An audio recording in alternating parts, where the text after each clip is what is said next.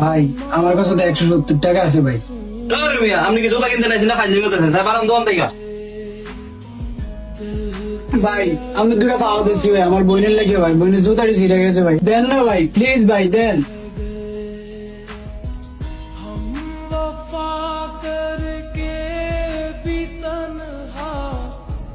ভাইয়া আমার এই শার্টটা ছিঁড়ে গেছে, বলছি যে ভাইয়া আমার একটা নতুন শার্ট লাগবে, একটা নতুন শার্ট কিনে দাও আমারে। শার্ট ছিঁড়ে গেছে তো কি হয়েছে, এটাই করবি। পরিবারের অবস্থা এখন কি তুই বুঝছ না, তুই কি ছোট?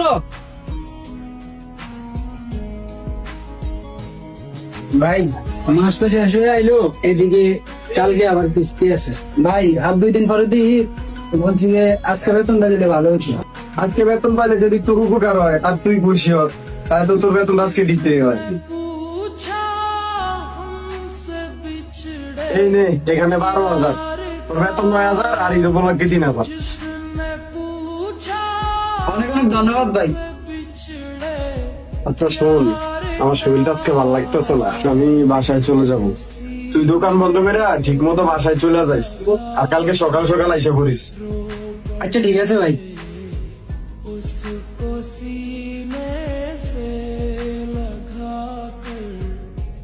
আমার এই শার্টটা ছিঁড়ে গেছে,